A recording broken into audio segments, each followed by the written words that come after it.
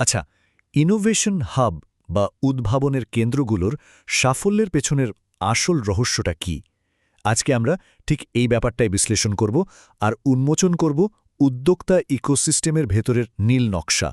কখনো কি মনে হয়েছে কেন বিশেষ কিছু শহর একদম উদ্ভাবনের চুম্বক হয়ে ওঠে আর বাকি অনেক শহর সেই দৌড়ে পিছিয়ে পড়ে? এই প্রশ্নটা দিয়েই কিন্তু আমাদের আজকের আলোচনা শুরু হচ্ছে। চলুন এই রহস্যের গভীরে যাওয়া যাক।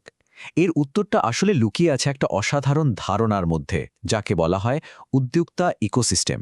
আর এটাই হলো ইনোভেশনের সেই গোপন রেসিপি। যদি আমরা একটু প্রাতিষ্ঠানিকভাবে বলি, একটা উদ্যোক্তা ইকোসিস্টেম হলো একটা নির্দিষ্ট এলাকার মধ্যে থাকা মানুষ, সংস্থা আর বিভিন্ন প্রতিষ্ঠানের একটা জীবন্ত নেটওয়ার্ক। এরা সবাই মিলে উদ্যোক্তাদের এগিয়ে যেতে সাহায্য করে। এখানে কিন্তু শুধু উদ্যোক্তা বা বিনিয়োগকারী নেই, বিশ্ববিদ্যালয় থেকে শুরু করে সরকারি সংস্থাও এর একটা গুরুত্বপূর্ণ অংশ। ব্যাপারটা আরেকটু সহজ করে ভাবা যাক।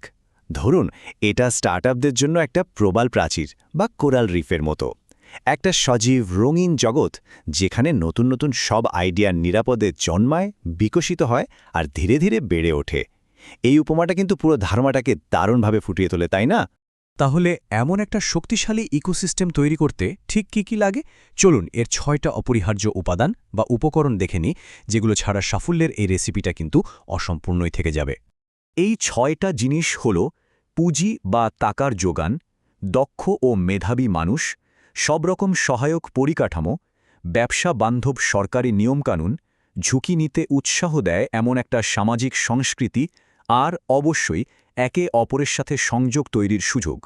এগুলোই একটা সফল ইকোসিস্টেমের মূল ভিত্তি। প্রথম আর সবচেয়ে জরুরি উপাদানটাই হলো পুঁজি। নতুন যে কোনো আইডিয়ার জন্য এটা একেবারে জ্বালানির মতো কাজ করে।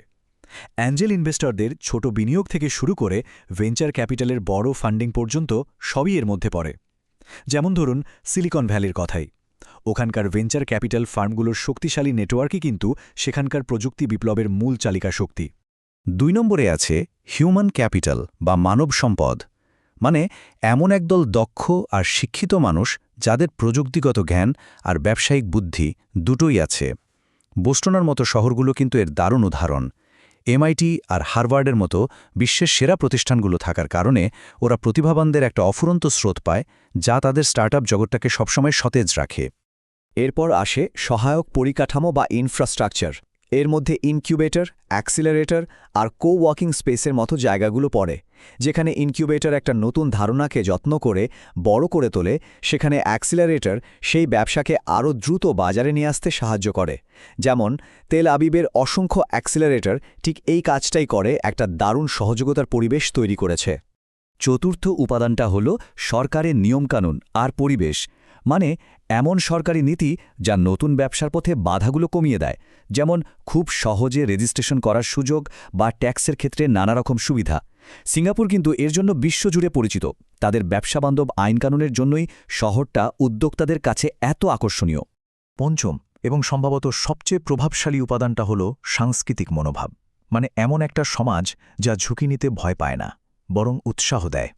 যেখানে ব্যর্থতাকে কলঙ্ক হিসেবে দেখা হয় না, বরং শেখার সুযোগ হিসেবে দেখা হয়। আর ছোট বড় প্রত্যেকটা সাফল্যকে সবাই মিলে উদযাপন করে। মার্কিন যুক্তরাষ্ট্র, বিশেষ করে সিলিকন ভ্যালির সংস্কৃতি ঠিক এমনই, যেখানে যুগান্তকারী আইডিয়া আর উদ্যোক্তাদের চেষ্টাকে সর্বোচ্চ সম্মান দেওয়া হয়। এবং সবশেষে 6 নম্বর উপাদানটা হল নেটওয়ার্কিংয়ের সুযোগ, মানে এমন সব প্ল্যাটফর্ম যেখানে উদ্যোক্তারা খুব সহজে সঠিক পরামর্শদাতা, সমমনা মানুষজন আর সম্ভাব্য বিনিয়োগকারীদের সাথে যোগাযোগ করতে পারে। লিসবনের বার্ষিক ওয়েব সামিটের কথা ভাবুন, যেটা সারা বিশ্বের প্রযুক্তিবিদ আর বিনিয়োগকারীদের এক জায়গায় নিয়ে আসে আর অমূল্য সব সংযোগ তৈরি করতে সাহায্য করে। বেশ, তত্ত্ব তো অনেক হলো। চলুন এবার বাস্তবে দেখি এই উপাদানগুলো একসঙ্গে কিভাবে কাজ করে আর পৃথিবী জুড়ে সফল সব ইনোভেশন হাব তৈরি করে। একদিকে দেখুন সিলিকন ভ্যালি, যেটা ভেঞ্চার ক্যাপিটাল আর স্ট্যানফোর্ডের মতো সেরা বিশ্ববিদ্যালয়গুলোর এক দারুণ মেলবন্ধনের ওপর দাঁড়িয়ে আছে। অন্যদিকে আছে তেল আবিব, যা স্টার্টআপ সিটি নামেই পরিচিত। এর মূল শক্তি হল সরকারের জোরালো সমর্থন আর মিলিটারি থেকে আসা উন্নত প্রযুক্তি।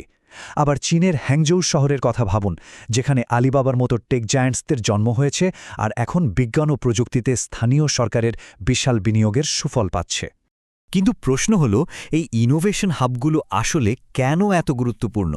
একটা সমৃদ্ধ ইকোসিস্টেম আমাদের সমাজ আর অর্থনীতির জন্য ঠিক কী ধরনের ইতিবাচক পরিবর্তন নিয়ে আসে? এর প্রধানত 4টে বড় সুবিধা আছে। প্রথমত, এটা নতুন নতুন চাকরি তৈরি করে আর অর্থনীতিকে চাঙ্গা করে। দ্বিতীয়ত, এটা দারুণ সব আইডিয়াকে বাজারের উপযোগী পণ্যে পরিণত করে, মানে ইনোভেশনকে এগিয়ে নিয়ে যায়। তৃতীয়ত, এটা দেশি বিদেশি বিনিয়োগ আকর্ষণ করে।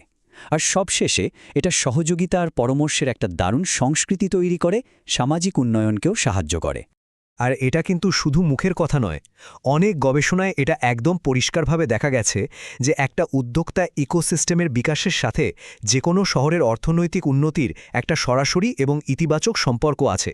অর্থাৎ এটা একটা প্রমাণিত সত্য।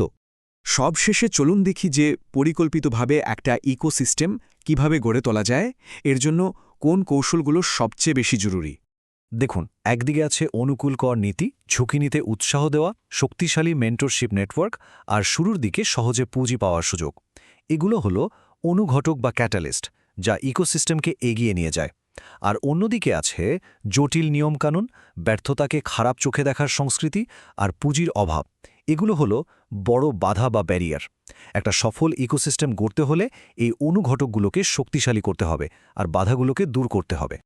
ইকোসিস্টেম তৈরির এই যাত্রার 4টি মূল স্তম্ভ হল সরকারের সক্রিয় নীতি সহায়তা, যুগোপযোগী শিক্ষা ও প্রশিক্ষণ, আধুনিক পরিকাঠামো তৈরি আর উদ্ভাবনী সংস্কৃতির প্রচার।